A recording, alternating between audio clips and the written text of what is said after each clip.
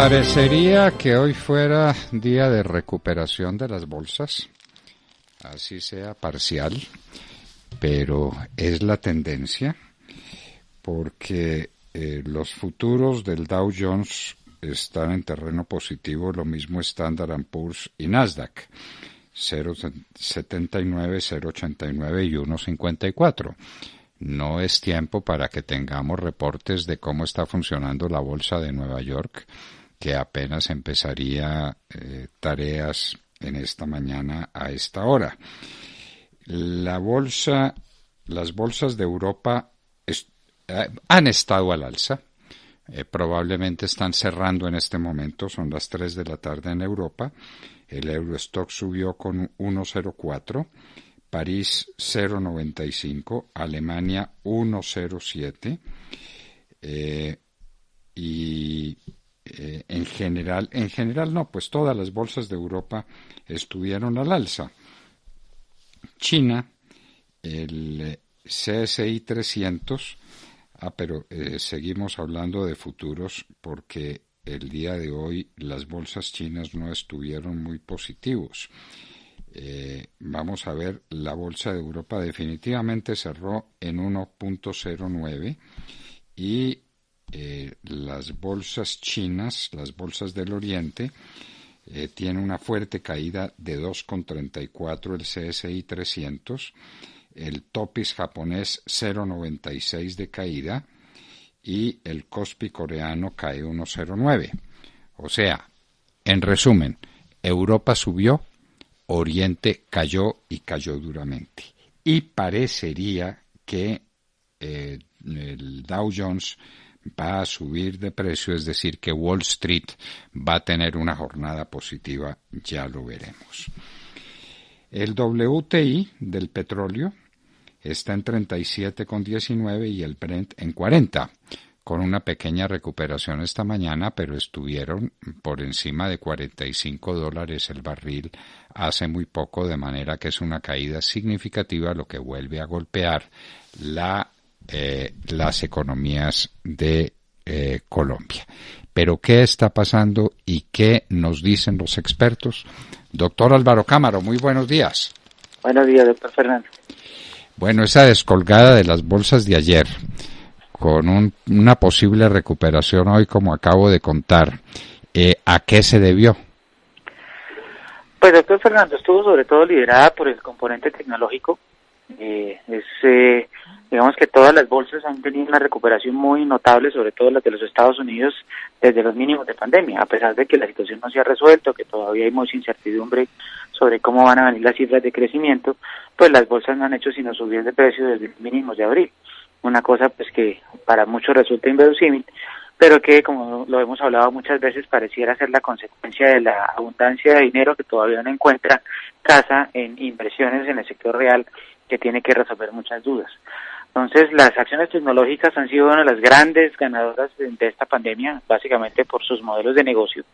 Es claro que compañías como Zoom, aquella plataforma que hoy día ya todos conocemos, donde a través de la cual nos comunicamos con nuestras contrapartes, compañías como Amazon, que naturalmente la explosión del comercio digital hizo subir notablemente sus precios, Tesla, que ha subido 400% desde los mínimos de abril, Apple, que ha subido notablemente en 100%, inclusive después del split que se hizo recientemente, también eso ayudó. Pues es lógico que hayan o puedan darse estas correcciones. Muchos están hablando de una burbuja en el sector tecnológico, similar pues a la que tuvimos en el año 2002 con el Nasdaq. El Nasdaq, recuerde usted que está en máximos históricos. Luego, creo que lo de ayer es una corrección dentro de canales alcistas que se mantienen intactos y que muy seguramente vamos a volver a ver recuperaciones en el precio de las acciones, como usted lo está anotando el día de hoy. Sigue la incertidumbre, esto no se sabe cuándo los países van a empezar a crecer en forma y cuándo la incertidumbre de la pandemia, las vacunas y demás vaya a despejarse, pero por ahora parece que el dinero barato va a seguir siendo oxígeno para la inflación de los activos. Bueno, doctor Cámara, y en Colombia la gran preocupación que teníamos en agosto era saber cómo se van a entender los bancos con sus deudores. Ya cuando se hayan terminado los 3 meses de solaz, llamémoslo de alguna manera, que el Banco de la República le dio a los bancos para que no cobraran en ese tiempo de pandemia, pero ahora sí hay que pagar. ¿Qué se sabe de esa cartera bancaria? Los bancos tienen posibilidades y facultades y algún respaldo para arreglar con los clientes. ¿Es suficiente o se está notando algún nerviosismo y alguna tensión en la cartera bancaria en Colombia? Pues en el todo, doctor Fernando, no hay aparentemente alertas. De hecho, la cartera vencida, si usted la mira en términos anuales, por el contrario, está registrando caídas del 11%, donde la cartera vencida, que asciende a más o menos 20 billones de pesos, de los 530 que hay colocados a junio, y a julio inclusive la cifra va a estar sobre ese nivel. 11 billones corresponden a cartera empresarial, alrededor de 3 billones corresponden a cartera hipotecaria, 5 billones son de cartera de consumo y algo así como 700.000 millones de microcrédito. Esto concatenado con que el nivel de provisiones de la banca desde que arrancó la crisis en abril ha venido subiendo consistentemente, pues digamos que daría para pensar que en general no hay alertas. No obstante, sí pasa que en ciertos segmentos de cartera, como es el hipotecario, hemos visto que los indicadores de calidad normales, tradicionales, que es la cartera vencida sobre la cartera bruta, han brincado a niveles no vistos desde el año 2011. Una calidad de cartera o cartera vencida bruta del orden de 3.9%, en esa época llegamos a tener 4.5%. Lo que sí es positivo, doctor Fernando, de todo el tema de la cartera vencida es que sobre el año 2016-2017 la cartera vencida llegó a crecer en términos anuales al 40%. Vino un proceso yo creo que de normalización de las políticas de riesgo de muchos bancos, ajustes que hoy día afortunadamente nos tienen afrontando la situación, la pandemia en otras circunstancias. ¿Cuál va a ser el tema fundamental? Que cuando se acabe esa etapa de alivios, dé el tiempo suficiente para que la economía empiece a ir un poco mejor, de esa manera se pueda reactivar un poco más el empleo y de alguna manera todos los alivios se puedan encarrilar para que no se nos deteriore la cartera. Por ahora, le ratifico, no hay una alerta generalizada, hay algunos temas puntuales con cartera hipotecaria. Naturalmente la gente prefiere mantener la tarjeta de crédito al día porque es la con la que se apalancan para las cosas básicas, tristemente al 30%, y saben que en la cartera hipotecaria pues eso puede ser un poco más largo, unido a que muy seguramente cuando entramos a pandemia veníamos con alturas de mora de 60 días que se tuvieron que rodar porque no alcanzaron a entrar en los alivios. Luego puede ser un tema coyuntural, por ahora no genera grandes alarmas, pero habrá que ver qué tan rápido se recupera la economía, eso va a ser lo fundamental. Doctor Cámara, tenemos noticias recientes sobre desempleo, pero no las tenemos recientes sobre el crecimiento del PIB, ni sobre las balanzas comerciales y las balanzas de pagos y nuestra situación de déficit en cuenta corriente. ¿Qué sabe usted sobre el particular? ¿Qué podemos decir sobre estos temas? Pues doctor Fernando, yo sí, tal vez le comentaba hace 8 días que cuando uno le toma el pulso a las registradoras del comercio, afortunadamente, después de los últimos días de agosto, esto viene rebotando. Y se está notando en las ventas de los comerciantes en los centros comerciales, se está notando en la apertura que están teniendo ciertas ciudades, ya después de caer los tráficos a razón del 87-90% en los centros comerciales, hoy día lo hacen a razón del 58-50%. En promedio, una marca que vendía X plata en agosto, que fue un mes catastrófico por los cierres y por las cuarentenas de Bogotá, de Medellín, de Antioquia, que vendía X pesos, yo le puedo decir que hoy día esas registradoras pueden estar haciendo 2X o 3X, que todavía no es suficiente para recuperar los niveles que teníamos antes de pandemia, pero sí muestran una recuperación, sobre todo en septiembre. Septiembre podría ser un mes en el cual la mayor normalidad de ciertas actividades económicas haga que la economía recupere muy seguramente. Un mes de agosto que fue muy malo, según las previsiones que hemos hecho acá y digamos que tomando el pulso a la vida real de qué tanto la gente ha estado dispuesta a comprar. Entonces, muy seguramente el trimestre de julio, agosto y septiembre, que solamente conoceremos un número por allá hasta noviembre oficial, va a venir con una mejora versus la caída estrepitosa e histórica que tuvimos en el segundo trimestre de cerca del 15.7 en el PIB. Yo creería, doctor Fernández, en principio, sin terminar septiembre y con la incertidumbre de qué tan rápido se recupera la economía, que uno podría pensar en que la contracción del tercer trimestre ya va a estar alrededor de un 9 o 10% del Producto Interno Bruto comparativamente contra el año pasado, con un rebote que ya se consolida, como le digo, en este mes de septiembre, que viene con mucha mejor dinámica.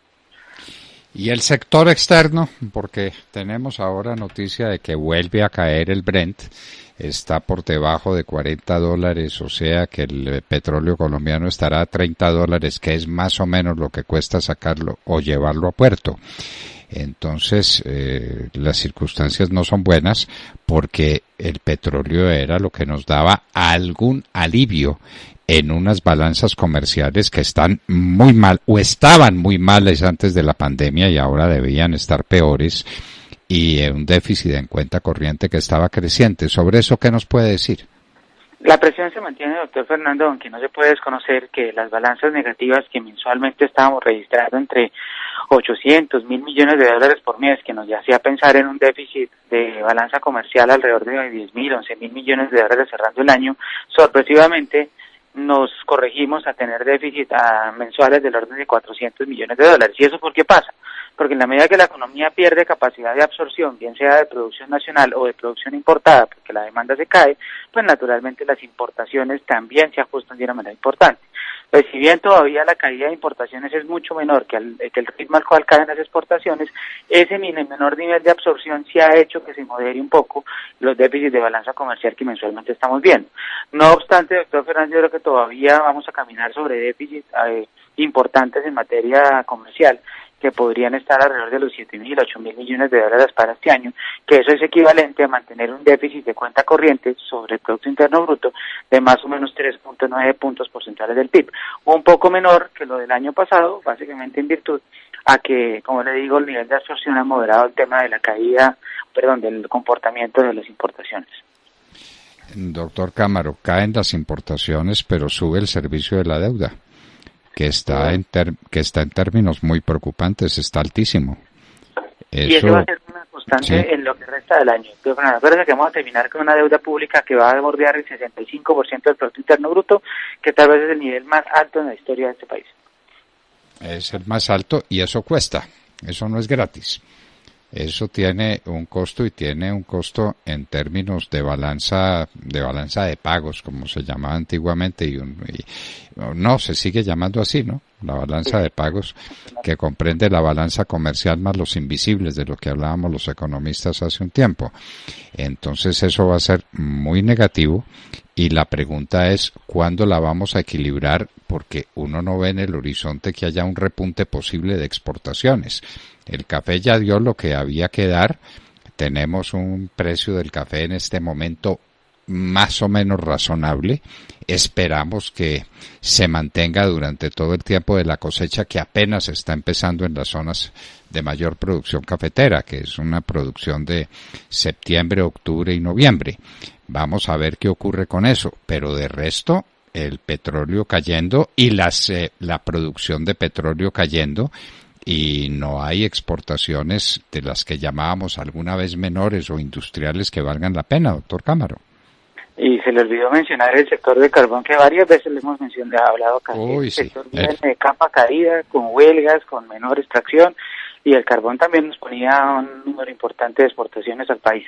Entonces, si usted une estos tres factores, claramente la parte tradicional que pesa, pues va a seguir ejerciendo presión negativa en la cantidad de exportaciones que tenemos. El cierre del año puede ser muy malo en ese indicador, retrocediéndonos tal vez a los años 2002, 2000, por allá, 2 décadas atrás, en la cantidad de exportaciones que tenemos. Algunos esfuerzos se han hecho, pero todavía no tienen una escala importante en términos de producto que se le puede vender a otras economías, que además tienen hoy día cierta tendencia a proteger un poco sus mercados locales, naturalmente, para tratar de reactivar y pasar adelante esta pandemia.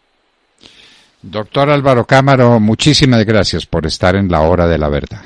A usted, mi amor. Ahora sí oyeron a un experto en estas materias.